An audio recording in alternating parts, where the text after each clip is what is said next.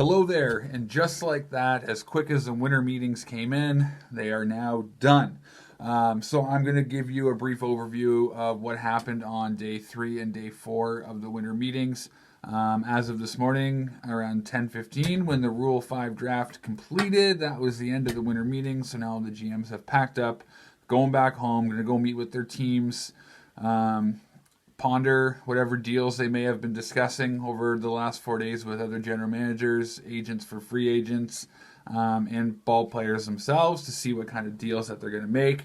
There was a lot of names swirling around on the free agency side of things, a lot of names flying around on the trade rumor side of things, but not a lot of action actually got done over the last 4 days.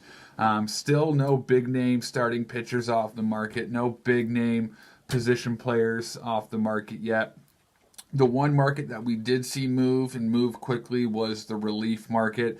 So a lot of relief pitchers getting deals over the last 4 days. I went over some of those signings in my last video. Now I'm going to go through the rest and the trades that went down. So first we'll touch on the Colorado Rockies.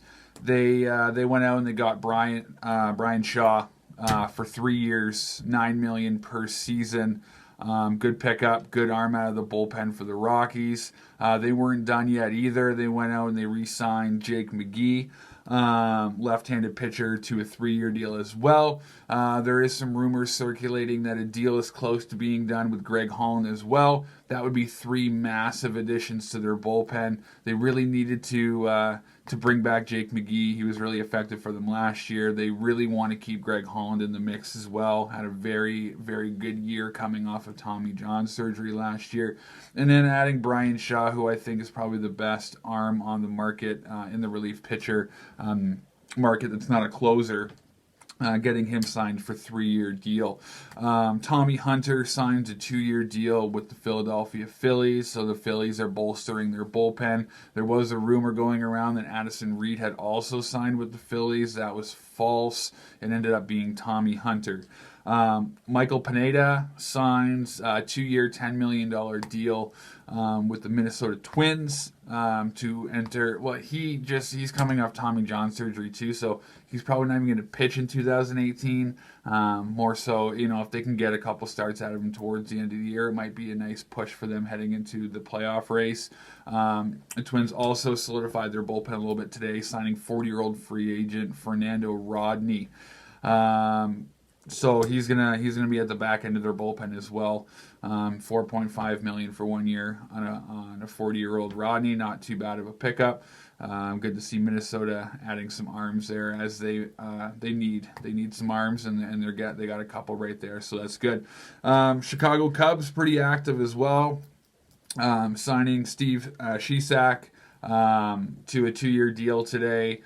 To go into their bullpen. And then they also signed Drew Smyly to a 2-year deal. Now, Drew Smyly's coming off of Tommy John surgery as well.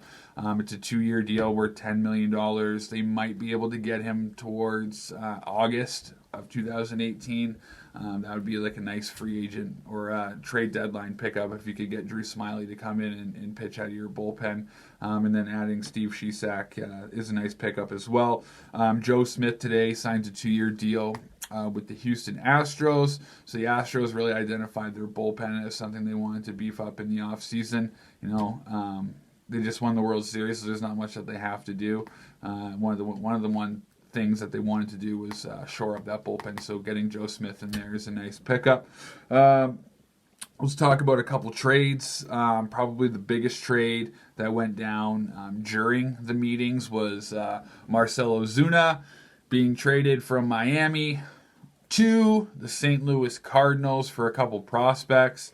Marcell Ozuna had a really nice breakout year last year. Miami's pretty much saying we're giving up everyone. They got rid of Stan, they got rid of D. Gordon. Now Ozuna's out of here. He's off to St. Louis. St. Louis needed that big bat in the middle of their lineup.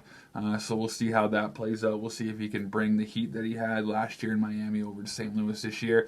And a corresponding move, they didn't have much need for, who am I looking at here? Oh, Piscotty, he gone. He got traded today to the Oakland A's. So he's gone. Bringing in Ozuna, they had some room to get someone out of there, and Piscotty wanted to go be closer to his mom, who's battling ALS right now. So good luck to you on that, my friend. So he wanted to be closer to home. So the Cardinals, did him a nice favor and traded him off to the West Coast. So that's cool. Yesterday, Ian Kinsler, Tigers, traded him to the Angels for 2 minor leaguers. They were kind of pigeonholed on what they could have done. Ian Kinsler, free agent after this year, had a no-trade clause. I know the Mets were really close to acquiring him, but he didn't want to go to the Mets. But he ended up signing off on his no-trade to go to the Angels. Angels needed a second baseman, so their lineup just got a lot stronger, bringing in a 36-year-old veteran who still can swing the stick pretty well and has a nice glove out there at second base. So nice pickup for the Angels. So those are all the deals that went down over the last couple days. Now the rumor mill has really picked up as well. A lot of talk around the Jays today, actually, the last day and a half. They got their hand in a lot of cookie jars, similar to how the Cardinals were. The Jays and the Giants, I hear today, have been talking to the White Sox about acquiring Avisail Garcia. Avisail Garcia is still a relatively young ball player, has a lot of talent in his body. I think could be a good fit for the Jays or the Giants. Probably a cheaper idea than going out and signing one of the big free agents. Speaking of free agents in the Jays, there's been a couple guys that have been linked to the Jays over the last 2 days. Carlos Gomez, Carlos Gonzalez, and Lorenzo Cain. All 3 of those names have been mentioned with Toronto over the last couple days. Carlos Gomez, don't really have use for that idiot. He's a moron. I wouldn't sign him. Carlos Gonzalez, I think he's a comeback player candidate, and I think in a ballpark like Toronto, the ball would fly. He'd be reunited with his little buddy Tulo. You never know. They could either hang out together on the field or they can sit in the injury, on the IR together. One of the two. But I'd take a flyer on Cargo if I'm the Jays. And then Lorenzo Cain. Lorenzo Cain, I know I said a couple times in some bold predictions that he ends up with Toronto. Toronto's only offering him a 4-year deal. Lorenzo Cain's definitely going to get a 5 to 6 year deal somewhere else. So I don't think he's going to end up signing with the Jays anymore, but we know that they're very interested in bringing him into the fold, but I just don't see a match there anymore. I don't think the Jays are going to pony up and give him the money that he wants. And a big rumor going around with Toronto as well is, the Cardinals keep trying to pry Josh Donaldson from them, but, Atkins keeps saying that he's not going to trade Donaldson, but St. Louis doesn't want to seem to give up that thought, so we'll see how that plays out as well. Boston Red Sox, I think they're going to dip into the free agency pool pretty soon. I know that they met with J.D. Martinez and Eric Hosmer.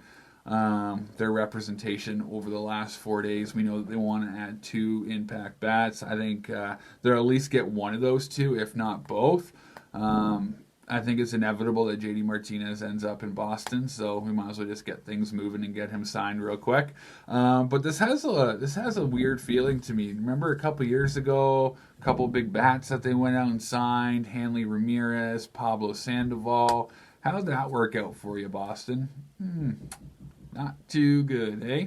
So I don't know if that's going to be a good decision for them to do, but we'll see. We'll see how it plans out. And then the last rumor of the day, the biggest one that's been going around in the last 48 hours, is Manny Machado on the trading block. This one, I think it's a no-brainer. Baltimore is not going to compete this year, so I think it's smart to trade Machado. I just think they have to lower their price a little bit. We know that St. Louis is obviously in there.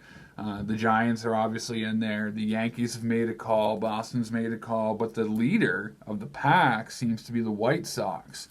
So that's kind of an interesting name in the Machado sweepstakes. So we'll have to pay attention to that and see how that goes over the next couple days. Apparently there's a lot of traction in trade talks for Machado. A lot of packages have already been presented to them, and they're just kind of weighing their options and kind of negotiating back and forth with those packages. So we'll see if Machado is on the move. That would be a huge deal if Manny Machado got traded.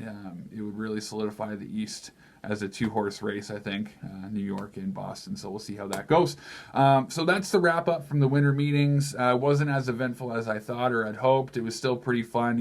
I was pretty active on Twitter this week.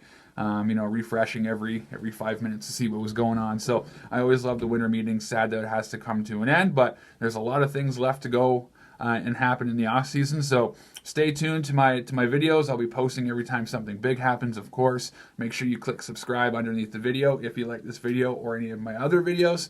Make sure to check out my Facebook, Instagram, and Twitter. The links are in the description. Make sure to check this video also on baseballbabble.com. And that's basically all I have to say about that today. So I go.